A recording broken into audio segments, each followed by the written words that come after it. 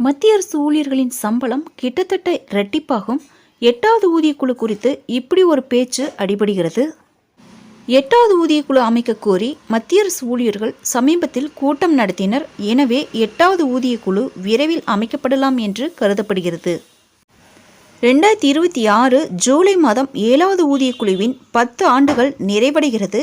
எனவே 8வது ஊதியக்குழுவிற்கான கோரிக்கைகள் எழுந்துள்ளன. National council of joint consultative machinery ஊழியர் பிரிவு செயலாளர் சிவகோபால் மிஸ்ரா ஃபிட்மெண்ட் காரணியை உயர்த்த வேண்டும் என்று கூறினார். ஃபிட்மெண்ட் காரணி 2.86 இருக்க வேண்டும் என்று கோபால் மிஸ்ரா கூறினார். 7வது ஊதியக்குழு அமைக்கப்பட்ட போது ஃபிட்மெண்ட் காரணி 2.57 உயர்த்தப்பட்டது. அப்போது குறைந்தபட்ச சம்பளம் ரூபாய் 7,000 ரூபாய் 17,000 உயர்த்தப்பட்டது. 2014 பிப்ரவரி 28 அன்று 7வது ஊதியக்குழு அமைக்கப்பட்டது. அதன் பரிந்துரைகள் 2016 ஜனவரி 1 அன்று நடைமுறைக்கு வந்தன.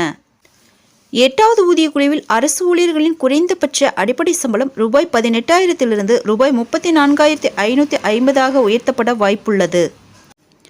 அறிக்கையின்படி 2025 ஜனவரி மாதத்தில் 8வது ஊதியக்குழு அமைக்கப்படலாம். மத்திய அரசு ஊழியர்கள் இதைத்தான் எதிர்பார்க்கிறார்கள்.